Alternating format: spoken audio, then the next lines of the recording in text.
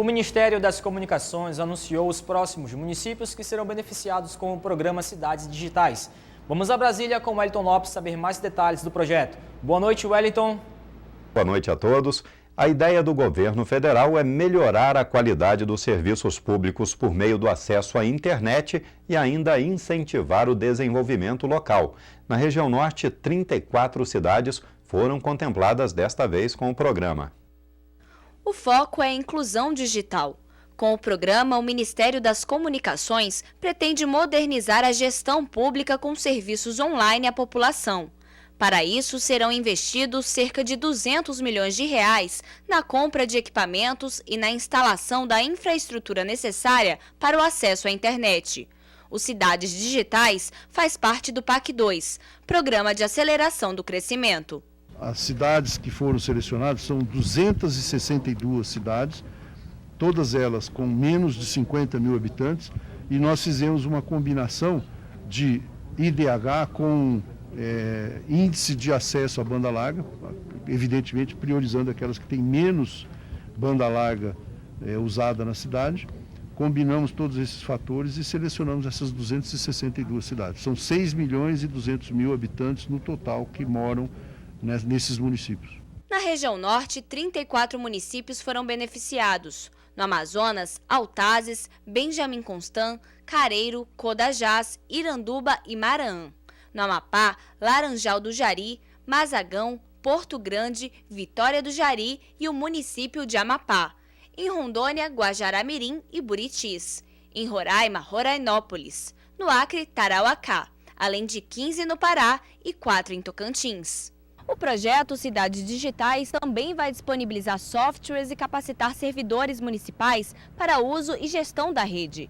Já a população terá acesso gratuito a pontos de internet em locais públicos de grande circulação, como praças, parques e rodoviárias.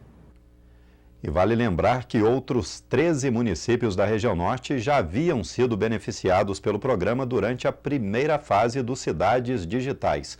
Manacapuru, Coari e Manaquiri no Amazonas, Serra do Navio no Amapá, além de outras 9 cidades do interior do Pará. E o governo federal quer alfabetizar mais 80 mil pescadores até 2015. A ideia é aproveitar o período em que a pesca fica proibida para levar a educação até esses profissionais. O programa Pescando Letras do governo federal já beneficiou quase 200 mil pescadores em todo o Brasil. Pessoas que não tiveram acesso à educação durante a idade escolar e agora podem aproveitar os períodos de defesa e piracema, quando a pesca está proibida, para aprender a ler e escrever. Na região norte, 48.500 pescadores foram alfabetizados desde 2003 e novas turmas poderão ser formadas. A meta é alfabetizar mais 80 mil trabalhadores no país. A colônia de pescador deve procurar as secretarias de educação ou a superintendência do Ministério no estado. Nessa metodologia do Pescando Letras, a escola vai até o pescador. Ele não precisa ir até a escola. Então, a escola indo até o pescador, ele vai ter condições de, durante o período de 6 a 8 meses, que é a duração do curso para se alfabetizar, ele ter condições de frequentar as aulas e assim ele ter maior ingerência na sociedade. O horário de verão começa à meia-noite do próximo domingo, dia 20 de outubro, em todos os estados das regiões Sul, Sudeste e Centro-Oeste. Nesta edição, a medida vai vigorar até o dia 16 de fevereiro de 2014. Na última temporada, ele gerou uma economia de 4,5% no período de pico, entre as 6 da tarde e as 9 da noite nos estados em que a medida foi implementada. A medida, o horário de verão, foi instituído pela primeira vez em 1931 para 1932 pelo então presidente Getúlio Vargas. Essa medida é sempre adotada nesta época do ano para reduzir o consumo de energia nos horários de pico e reduzir também o uso de energia gerada por termoelétricas. Essa energia é mais cara e mais poluente do que aquela gerada pelas hidrelétricas.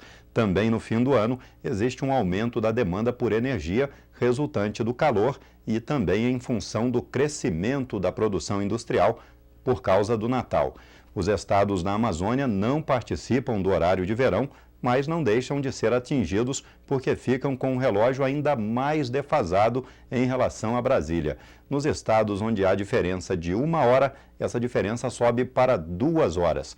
E no caso do Amapá, que segue o mesmo fuso horário aqui da capital federal, o relógio passa a ficar atrasado em 1 hora pelos próximos 4 meses. São esses os destaques de hoje aqui da capital federal. Uma ótima noite a todos e até amanhã. Agradeço as informações, Wellington. Você sabia que a região sul do estado do Amazonas representa o maior rebanho bovino? Saiba isso no quadro Articulistas do Amazonsat.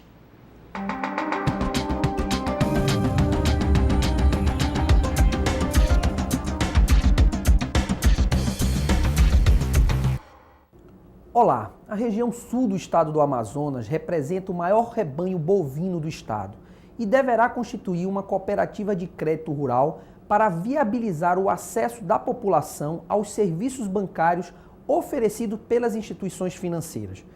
Entendo que uma cooperativa de crédito rural seja um instrumento, uma alternativa viável para que programas governamentais como o PRONAF, PROCAP Agro, Plano Safra da Agricultura Familiar, BNDES, Mais Alimentos, entre tantos outros, possam ser operados com menor burocracia em municípios que não possuam agências de bancos oficiais. Representantes do Sistema de Cooperativas de Crédito do Brasil da região norte estiveram no município de Apuí e em Santo Antônio do Matupi, quilômetro 180, com o propósito de promover o cooperativismo e cumprir uma agenda de compromissos para a sensibilização dos comerciantes, agricultores e pecuaristas da região.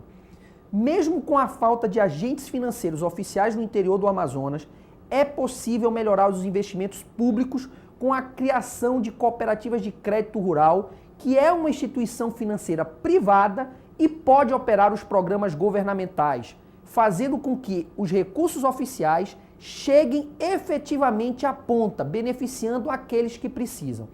O projeto prevê uma área de abrangência que contemple os municípios de Apuí, Novo Aripuanã, Manicoré e Humaitá, visando garantir escala financeira e viabilidade econômica, expandindo os negócios locais e fazendo com que os recursos possam ser operados e favorecer toda a economia da região. A semente do cooperativismo foi lançada, vamos ver no que vai dar. É isso, gente. Lembrando sempre que gente que coopera cresce e é mais feliz. Oferecimento Jornal do Comércio. O jornal que mais entende de economia e negócios no Amazonas. Confira agora o destaque do Jornal do Comércio desta terça-feira. Secretários de Fazenda se unem contra a guerra fiscal. A decisão do Senado Federal em criar uma comissão sob a liderança do senador Delcídio Amaral, do PT de Mato Grosso do Sul, que visa elaborar e votar em plenário um texto que versa sobre a reforma do ICMS, mobilizou os secretários de Fazenda de todo o país em torno de uma resolução para o cabo de guerra fiscal, travado principalmente entre os estados do Amazonas e São Paulo. De acordo com o secretário de Fazenda do Amazonas, Afonso Lobo, está marcada para a próxima quinta-feira, dia 17, em Brasília, uma reunião extraordinária do CONFAZ, Conselho Nacional de Fazenda, na qual os secretários de Fazenda de todo o Brasil pretendem entrar em acordo sobre os pontos mais delicados desta reforma tributária, dentre os quais estão Zona Franca de Manaus, gás natural e convalidação de benefícios concedidos sem anuência do CONFAZ. Trabalhadores de uma empresa terceirizada fecharam a entrada da Universidade Federal do Amazonas em protesto pelo atraso no pagamento do salário. Policiais federais foram acionados. Os policiais federais chegaram ao campus da UFAM no início da tarde desta segunda-feira e encontraram o trânsito totalmente parado nos dois sentidos. Alguns motoristas tiveram que retornar. Nem o ônibus que faz linha para a universidade pôde seguir viagem. Tudo por conta de um protesto organizado por trabalhadores de uma empresa terceirizada que presta serviços de limpeza na UFAM, mas não estaria pagando os salários dos funcionários. Decidimos hoje chamar a atenção da Justiça, porque o último comentário que nós tivemos foi que o nosso dinheiro tinha sido preso pelo um juiz de Parintins. Um juiz só prendeu o dinheiro da empresa. Então, se esse dinheiro nos prejudicou, o nosso salário está atrasado há quase 60 dias.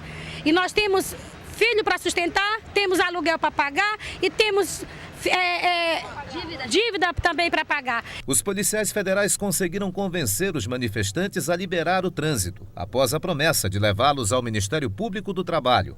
De acordo com o delegado federal Daniel Ottoni, a empresa de serviços gerais, da qual fazem parte os trabalhadores, está com os bens bloqueados. Porque os bens da Rudari estão bloqueados por causa da Operação Martelo da Polícia Federal e a Justiça vai tomar as devidas medidas para sanar o problema, que é salarial, que as pessoas estão aí trabalhando e tem que receber o devido salário, pelo serviço prestado. Se os pagamentos não forem feitos, os trabalhadores prometem mais protestos para os próximos dias. Nós vamos fechar de novo o trânsito, não entra nem sai, porque isso não é a primeira vez que acontece. Eles receberam através de pressão também. E no próximo bloco, jornalista Milton Cordeiro é homenageado pelo Tribunal de Contas do Estado. Nós voltamos já.